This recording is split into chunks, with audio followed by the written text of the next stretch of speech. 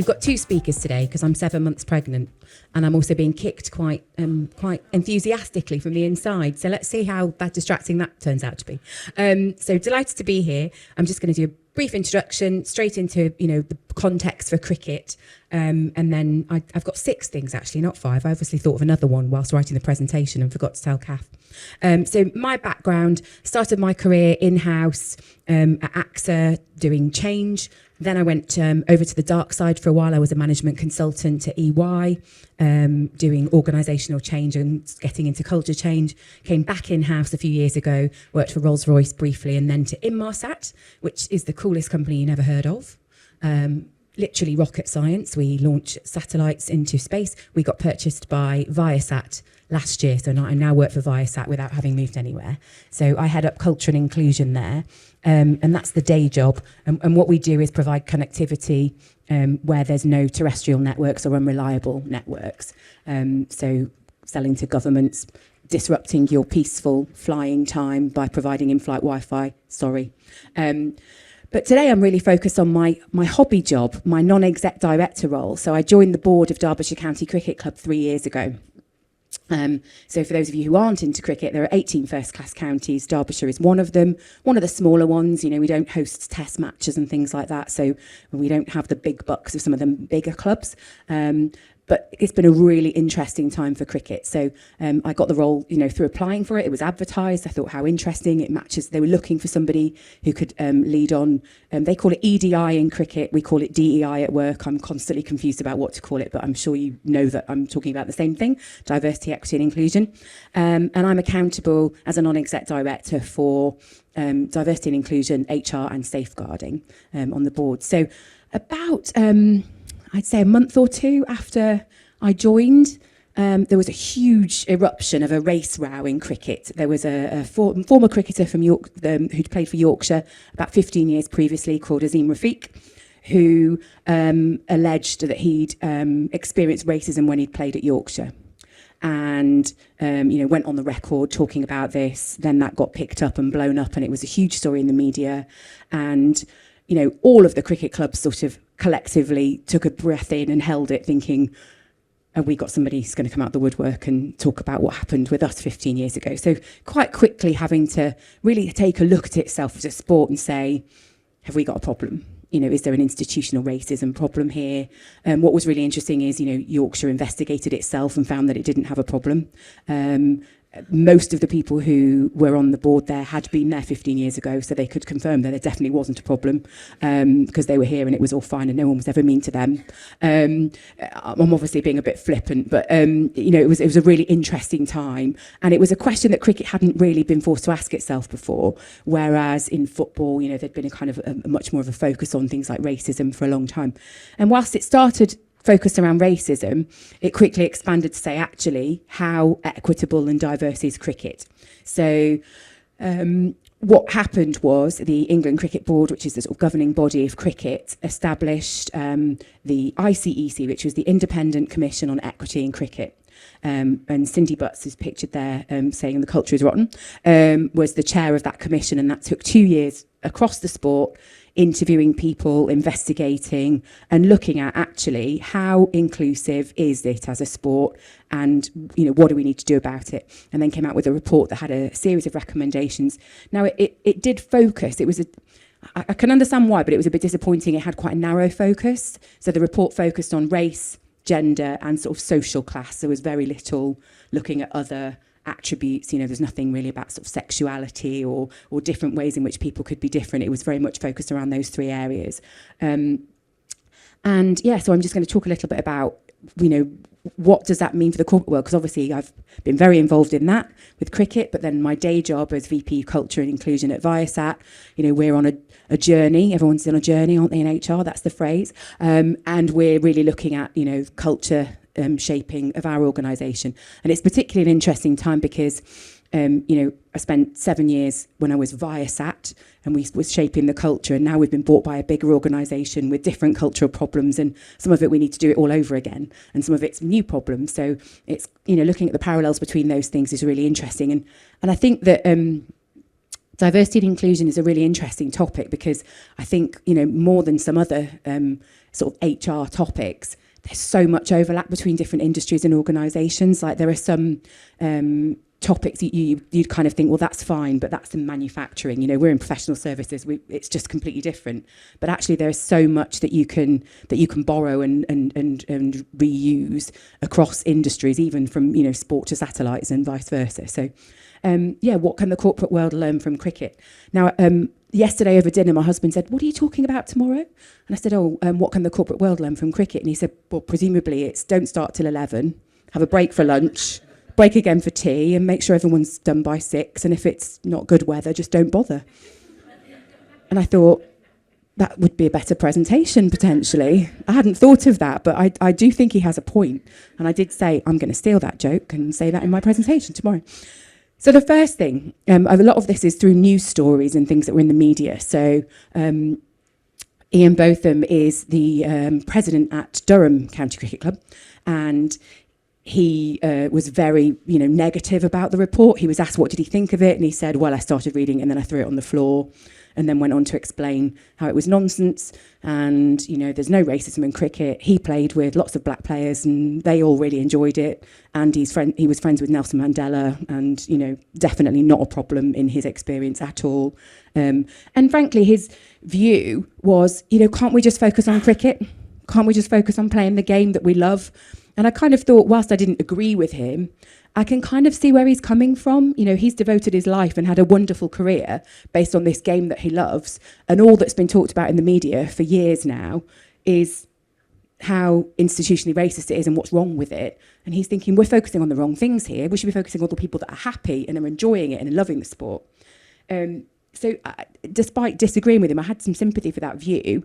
However, for me, the biggest challenge we've got there is that defensiveness is what is getting in the way of overcoming the challenges that cricket has. And I think that's exactly the same in organisations. So I think we risk with DEI focusing on the initiatives that we want to do to make the organisation more inclusive. And I think there's an inbuilt assumption there that the business case for being more equitable, diverse and inclusive is kind of a given. And it's just not. So often when you do these events and initiatives, the people who show up are the people who get it and get the business case. But to actually drive change in the organisation, you need all the people who think this isn't for them to show up. And that might well be a big population of white men who haven't experienced any discrimination or microaggression and so on. And actually, I think we've kind of think we've done the business case bit and they get it and we can just get on with the initiatives. And I disagree. I think we need to keep reinforcing the business case and also looking at how it's evolving. So the business case for being more equitable and inclusive used to be, well, our customers are diverse, so therefore we have to be diverse, or we'll miss out on the best talent if we're not diverse. And those things are true, but we've moved on past that. And in addition, we've now got huge amounts of data on how more diverse organisations perform better. And that's exactly the same with cricket. More diverse clubs do perform better. And more diverse teams do perform better. So we're talking about high performance as well as, the organisation. So I just think that, for me, that's the first lesson is don't let the defensiveness get in the way or the apathy get in the way. Make sure people are actually on board with why is it that we're doing this? Because the risk is through fear of cancel culture is that people won't say, they just won't come along and they won't be in the room. And then we risk DEI initiatives where we're actually just talking into an echo chamber because the people who show up are the ones that get it already, and it's the ones that didn't show up that we need to really get to. So I'd love to have a chat with Ian Botham, but I don't think that's going to happen. It's the ECB AGM next week, so I will try, but let's see. So the next thing is no comment is not an option. So just after this race row had erupted and was being investigated, Joe Root, who's an England cricketer who of much popularity and renown, performing very well, was asked, so you were at Yorkshire when Azim Rafiq was there. What do you think happened? Did you see any racism? And he just sort of did not answer the question. And this was a good few months after, so he'd had time to have a think about how he might answer that question. But his response was pretty much, oh, I don't know everything about that. I was just there to play cricket. It's kind of none of my business. I don't want to get into it. And he was really pilloried in the press for that. And it was very clear that, he didn't actually need to answer the question. Anyone who's had press training knows you don't answer the question. What he needed to do was say, there is no place for racism in cricket. I fully support people who come forward with allegations. I think they should be investigated. I think it should be a transparent process. And I think if we find anything's happened, we should be really serious about consequences. And he just didn't take the opportunity. And I think there was a real backlash against him, which was surprising because he's so popular.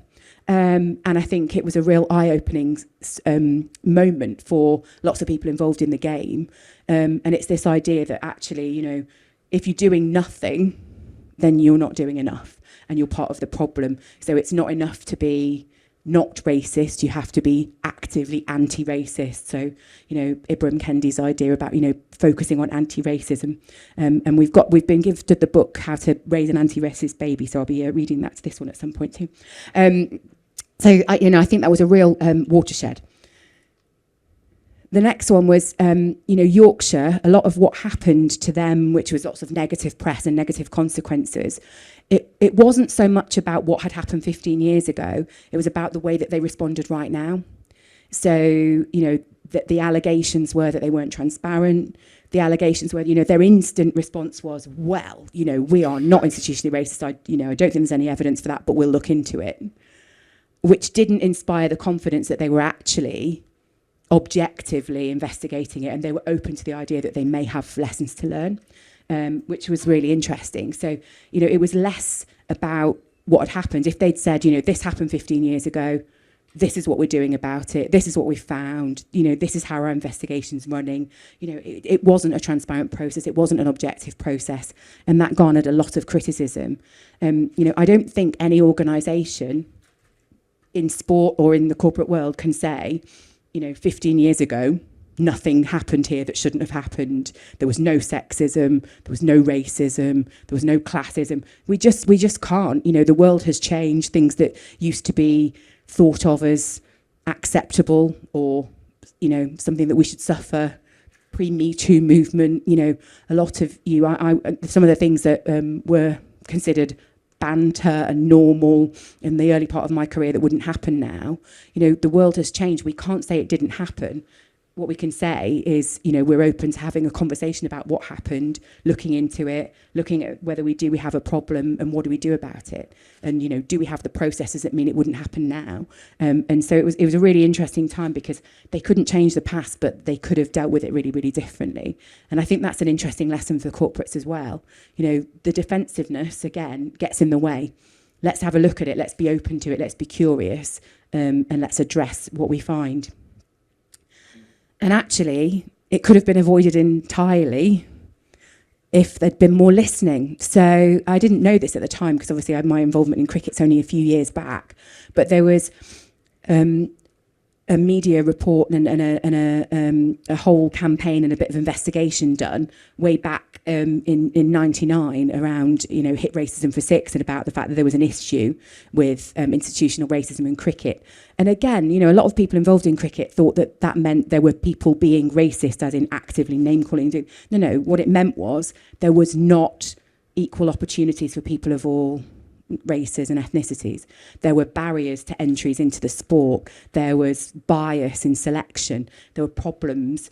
And the findings just weren't acted upon. People, my interpretation of it is that they were more concerned with, not drawing attention to negative things that had happened than addressing them and moving past it, which actually got in the way. And, cricket could have been way ahead of where it was in terms of that, this piece of work that was done. It just wasn't popular at the time. It wasn't something that people wanted to kind of, it was almost as if they thought, well, if we talk about it, everyone will think we've got a problem. Let's just brush it under the carpet. And actually, it could have really been avoided by listening if they'd then acted on what they heard. There is some good news. So the fact that this row has happened, this agitation and this attention has really driven some positive change. So there's a couple of examples here. But, initially when that happened, it was a real nightmare for clubs. Sponsors were wanting to kind of pull out and not associate themselves with the game and, not be part of it. Yorkshire obviously lost a lot of sponsors, but by association, other clubs were kind of, I'm not sure we should be associated with cricket because it's such a negative sport. And actually, there's been full circle on that because literally just weeks ago, the government announced £35 million of funding into state school cricket, which is fantastic because one of the real barriers in cricket, there's an over-representation of people from public schools. And actually, whilst the clubs can do a lot about that, and are doing a lot about that in terms of community engagement and using their facilities for underprivileged areas, etc., there's also a challenge is that people don't play cricket in school as much anymore, and levelling that up is really, really difficult for professional clubs to do, and they try, but actually what we also need is people playing cricket in schools and having access to facilities. So that funding is fantastic, but the fact that that funding was granted demonstrates how much cricket is seen to have listened, acted upon, and gone past these kind of challenges. So, and I don't think that would have happened if this hadn't happened at all. I just don't think there would have been the attention to it. And the ICEC report saying we have an issue with, the lack of activity and cricket in schools is contributing to the fact that we've got a problem with public schools being overrepresented. It was, data-driven, fact-based research in detail, and that really helped, to secure that funding. So that's a real positive that's come out of it that I don't think would have happened otherwise. And then the other one is women's cricket, women and girls cricket is actually the fastest growing sport in the UK at the moment. Which is fantastic. And actually we, at Derbyshire, we host a number of women's internationals, and we're going to have to expand our seating capacity to continue to do so, which is a great problem to have, because it's growing so much in terms of spectators and popularity. And, one of the things that came quite quickly off the back of a report was that the women's match fees, they agreed they were going to match them to the men's. So that's a decision that was made and implemented. So equal salaries, and that was, again, off the back of the ICEC report saying there are ways in which gender's been overlooked in cricket and we can do better. So, there are a couple of examples of how going through that kind of period of criticism and the dark times did lead to really good things. And that agitation drives change in the corporate world too. So it's about, understanding that actually you may have to break a few eggs and you may have to make yourself slightly unpopular to drive change. I do recommend being pregnant. It really helps in terms of the courage to sort of talk about whatever you want to and say to the CEO, no, the culture here is, it has got some challenges and you really need to do something about that. Because, I'm basically bulletproof, aren't I? What are they going to do? I hadn't thought of it before as a career tactic, but I really recommend it. Especially with the new legislation that's come in. 18 months from when you go on maternity leave, no redundancy possible. I can say whatever I want. It's really, really liberating. Free advice there. And then the last one, the sixth thing, I think, is we can't divorce the DEI bit from the culture bit. So again, initiatives, DEI initiatives, it's about recognising that they do nothing if you haven't got the right foundational culture. So, people come into an organisation and think, I'm going to fix DEI.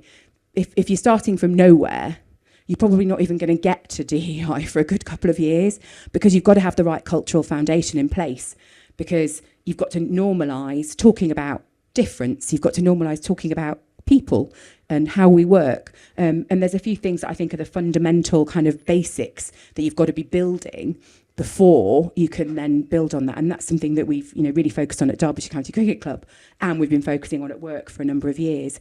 So psychological safety, we really need the ability to actually be vulnerable, have conversations. High performance can't happen in a world where people are constantly terrified that they're going to be, dropped, or that something terrible is going to happen to them. And it's a really difficult balance actually in professional sport, because you do need to be at the top of your game, But on the other hand, you need to be able to have a bad day and not think, well, that's me out. Because, you know, it's just the mental load is too much for a player otherwise. So we've talked a lot about how we kind of maintain that. Self-correcting, I think, is really important. So, you know, what we don't want is that nobody ever has any conversations that are fun and push the boundaries. Like, you know, if you think about the changing room, we want that there to be banter. And I'm not using banter as an excuse for insults, which is usually used in the press. I mean, in the true sense of it, where people make fun of each other. But self-correcting in that if somebody goes a bit too far, in the moment, someone else in the room goes, mate, you can't say that. And they go, oh, no, I'm so sorry, you're right, I can't. And it's literally dealt with because a person who was on the receiving end of that feels okay because it was dealt with. They don't feel the need to escalate it. They don't feel the need to say nothing or to say something and be ignored and then 15 years later talk to the press about it because they genuinely feel like it was dealt with and squashed in the room. 2 more quick points. Constantly learning and open and reflective. So, you know, we will not get this right and the world is constantly changing. So thinking that we've kind of nailed it and finished and we can move on is never going to happen. So they were my 6 lessons about cricket, and you got a bonus 7th one about, you know, starting at 11 and breaking for lunch. Thank you. Well done. Thank you, Jo. So we're going to break now for lunch. There were a couple of questions. Do you want to just do them before lunch? I'm conscious that when you stand between lunch, it's not always a good place to be. So if you do want to leave, there's no offence to the situation. But we did have 2 quick questions. So Matt, is Matt in the room? Yeah, Matt, go for it. Do you want to ask your question? Sure, I'm obsessed with rugby, so I'm interested in the analogies that you can use from cricket to the corporate world. I'll give you one example. I always talk about heads-up rugby, where you play what's in front of you, rather than being in role. So I was just wondering, in your journey so far, have you found things that you can actually translate in that way? You mean from sport to sport? Yeah, it's almost like talking about the analogy of the day. Yeah, so what's interesting is, so rugby's done quite a lot on class, because in quite a lot of schools, you know, rugby schools were more sort of private schools, and the exception being kind of around the northwest of the UK, where it's more of a kind of grassroots sport. But yeah, they've done a huge amount around community engagement and getting people into the sport. And there was a study that we read around, I guess, selection for potential.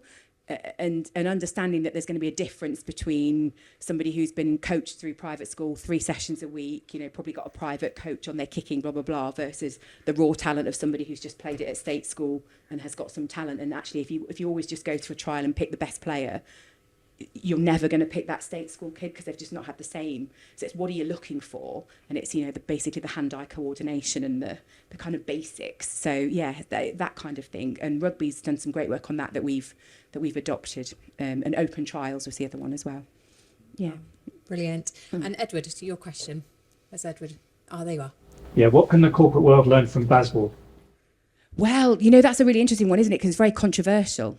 Very controversial. So baseball, for those of you who don't know, I'm obviously a cricket expert now, having been on the board for 3 years. It's a style of cricket when it's about the way that you address and attack the game. Would you say that's a fair kind of description of it? I guess it's the sport can be really old, but you can still innovate and try new ways. And not everybody's going to like it.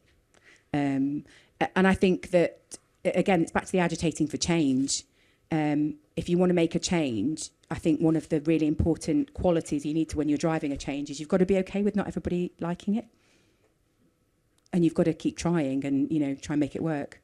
And I think it's had mixed success, hasn't it, in terms of performance. You know, some success and then some really bad performance that's been blamed on it. But yeah, I guess don't be frightened to innovate, even in a sport that's hundreds of years old. Brilliant. Well done, Jo.